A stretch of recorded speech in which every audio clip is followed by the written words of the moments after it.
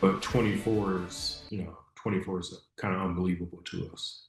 The Michigan Cannabis Industry Association has filed a lawsuit against the state.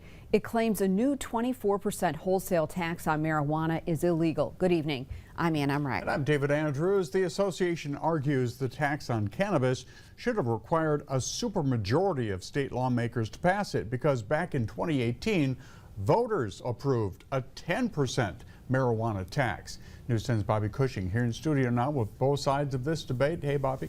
Yeah, good evening, Ann and David. The tax on marijuana for road funding was a critical detail in the state's newest budget. With just 19 of 37 state senators voting to pass the new tax, some people in the marijuana business say the tax could cripple the industry. Took it by surprise, and that number is, it's going to force people out of business.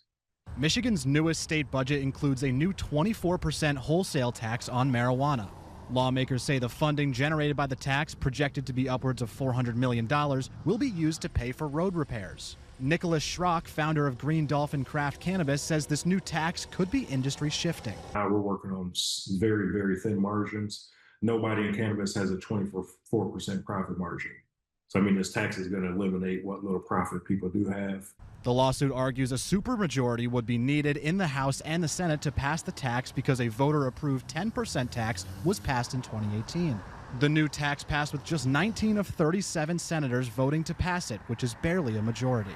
Schrock says it's not just the growers and processors who are worried about the higher cost of marijuana.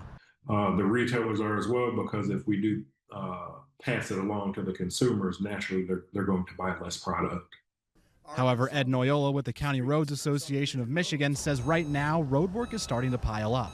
We've got a backlog of bridges, we've got a backlog of roads that are in poor condition, and you can't forget about those that are in good condition. We have to take care of those. He says the hundreds of millions of dollars will be used to create jobs and fix both local roads and highways.